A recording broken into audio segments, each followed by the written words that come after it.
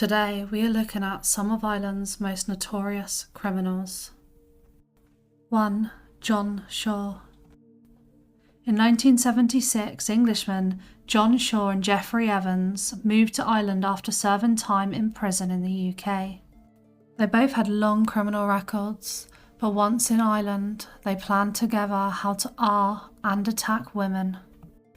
In August 1976, Elizabeth Plunkett travelled to British Bay from Dublin with some friends. She argued with her boyfriend in a pub and left. John Shaw and Geoffrey Evans followed her and pulled up in a car asking her where she was going. She got into the car and they kidnapped her and then took her life. They rowed out to sea with her body and threw it overboard. Her body washed up in Wexford a month after being reported missing. Using a stolen Ford Cortina, the pair drove around the country before arriving in Castlebar in County Mayo. On the 26th of September, Mary Duffy was finishing her shift. At around 11 p.m, she called her brother for a lift but couldn't get through. She rang his work and said she would walk on and could he pick her up on the way. John Shaw watched Mary as she walked. Evans punched her and Shaw drove up beside them and pulled her into the car. They drove to Ballinaghinch and pitched a tent. Keeping her captive, she was repeatedly arred.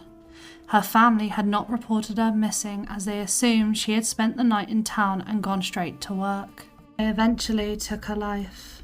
They drove to Lough Ena in Galway and again took a boat out on the lake. They tied concrete blocks to her legs, a sledgehammer to her waist, and a small block to her body. They threw her over the side. Her body would be discovered following a search of the lake nearly 3 weeks later. At this point, the Gardaí were investigating the reports of the two missing women. They were also looking for the stolen Ford Cortina. 2 officers came across the car in Salt Hill and both Shaw and Evans were arrested. Both men confessed to the murders. They brought the Gardaí to the place where they had dumped Duffy's belongings. Both were charged with the murders. It's reported that Shaw leaned over to an officer and said it was good he had been caught because he and his partner were planning on doing 1 a week. In Feb 1978, John Shaw was sentenced to life in prison for the murders of Mary Duffy and Elizabeth Plunkett. He also received 14 years for Geoffrey Evans was found guilty of murder on the 8th of December 1978. Both men appealed their sentences, but they were rejected. They served their time at Mountjoy Prison. Geoffrey Evans died in 2012. After serving 46 years, John Shaw was allowed a day out of prison to explore Dublin with 2 officers in 2022. The parole board granted him permission for days out. He serves his time in Arbor Hill Prison. 2. Sanjeev Chada.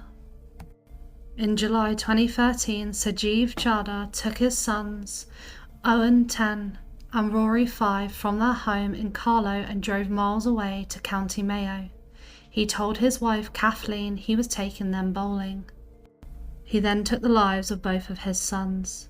He got in his car with his sons' bodies in the boot and crashed it with a rope around his neck, trying to take his own life. The boys were found, and Sanjeev Chada was taken to hospital for minor injuries and then transported to the police custody.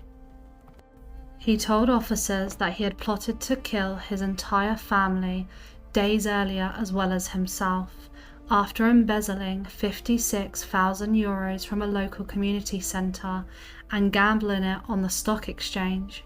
He decided not to murder his wife as he knew she would fight back.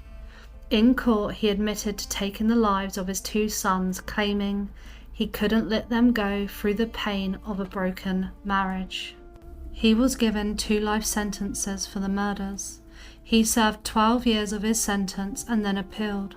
This was rejected, but he has recently now appealed again. He serves his sentence at Arbor Hill Prison in Dublin. 3. Stephen McKinney. In April 2017, Stephen McKinney, his wife and 2 children went on a boating trip to Lough Erne. McKinney told authorities that his wife had slipped and fallen from the boat and that he had tried to save her. His 35-year-old wife, Luna's body, was recovered near a jetty at Devonish Island. It was exposed through the investigation that he was a controlling and manipulative husband. They believed that he had carefully planned out the murder of his wife. He was handed a life sentence with a min of 20 years for the murder of his wife. 46-year-old Stephen McKinney still maintains his innocence. He was granted leave to appeal his conviction. His appeal's decision to overturn his sentence is still not known, and the hearing is set to take place in 2024. 4. Linda and Charlotte Mulhall. Linda and Charlotte Mulhall killed and dismembered their mother's boyfriend, Farah Noor, in March 2005. On the day of the murder, their sisters, their mother Kathleen and Farah Noor, had been drinking heavily in Dublin city centre. They all returned to Kathleen's flat where they took drugs. Noor started to touch Linda inappropriately, and this is where an argument ensued, which led to the death of Farah Noor. Linda admitted to hitting the man with a claw hammer. However, Charlotte stabbed him 20 times with a kitchen knife. His body was found in the Royal Canal in Dublin, but his head was never recovered. Charlotte Mulhall was given a mandatory life sentence.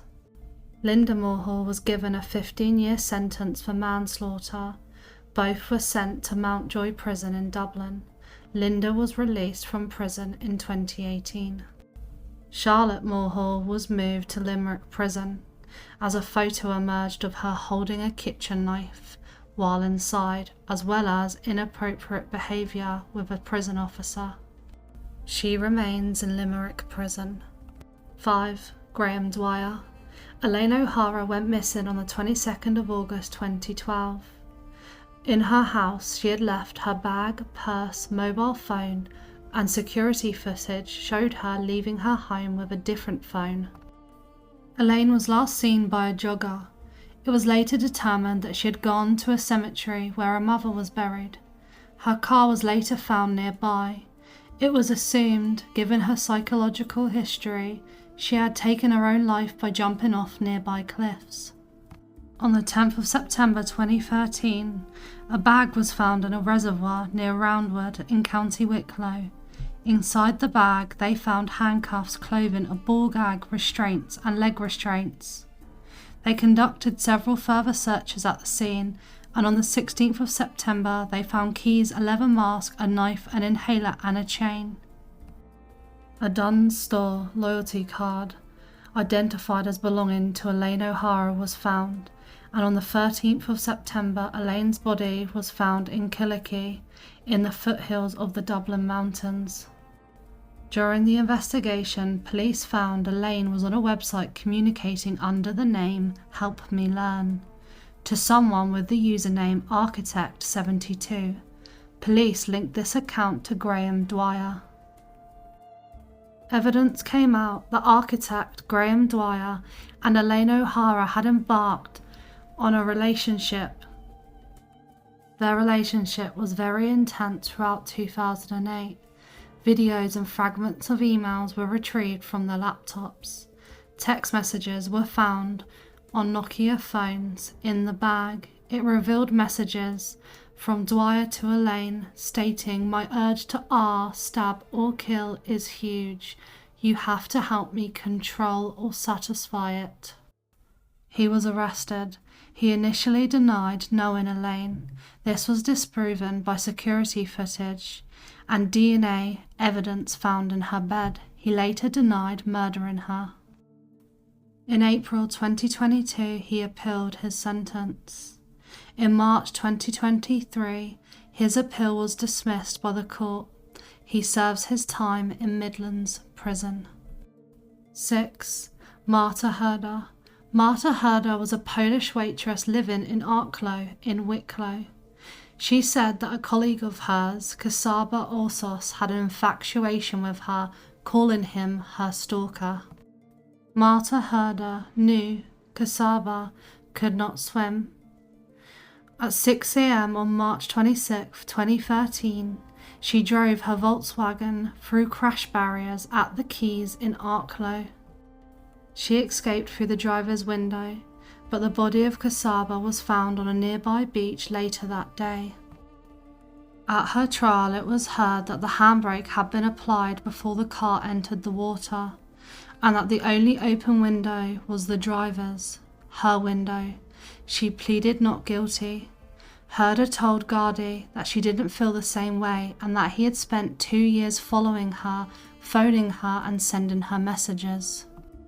She'd said they were constantly arguing about their relationship and that they had been arguing in the car when she drove into the water. She said that he had got into her car and wanted to drive to the beach, but he began screaming at her. I've had enough of this. She said, I drive to water, I cannot take this anymore. She was hoping to save him as she had seen him in the water, but said she had to fight for her own life under the water.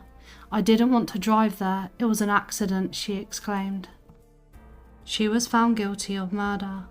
She spent the majority of her sentence in the Docas Centre, but last month was transferred to a native, Poland, to serve out the rest of her sentence. 7. Greta Dudko. Greta Dudko killed her mother on Christmas Eve in 2010 in Dublin. She denied murder but accepted manslaughter. Her plea was rejected and she was sentenced to life in prison. She said at trial she let her child's father take her kid for the evening. She had a row with her mother when her mum arrived back home an hour later to find her daughter drunk and her grandson gone. She said her mother had hit her and pulled her hair from behind. She said that she banged her mother's head off a wall twice and then the deceased fell onto her bed. She was sentenced to life in prison and serves her time in the Docas Centre in Dublin. 8. Mark Nash. On the 7th of March 1997, Sylvia Shields and Mary Callanan were found dead in Grange Gorman, Dublin. The address they were found in was owned by the Eastern Health Board and was used to provide sheltered accommodation for outpatients of the psychiatric hospital. They were found by another resident. A huge investigation was launched. The house and the surrounding area were subject to a forensic examination. Gardy performed house-to-house inquiries, took more than 1,000 statements and interviewed over 250 suspects. One person was charged with their murder, but it was dropped in 1998. The police then reinvestigated the murders, and Brit, Mark Nash, who grew up in Huddersfield, DNA was found on an item of clothing. As Nash was already in prison, the urgency wasn't extreme, and the pressure of other work meant the forensics labs were slow to test items of evidence. In July 2009, a breakthrough came when new DNA tests showed the victim's blood on Nash's jacket. Nash was charged with the murders in October 2009. He launched a legal challenge, claiming excessive delay and negative publicity would prevent a fair trial. This was rejected. In April 2015, he was found guilty of the murders and sentenced to life imprisonment. Mark Nash has been questioned over the 1997 murder of Dorothy Wood, but he's been ruled out as a suspect. He remains in the G2 wing of Midlands Prison. Thanks for watching. Until next time.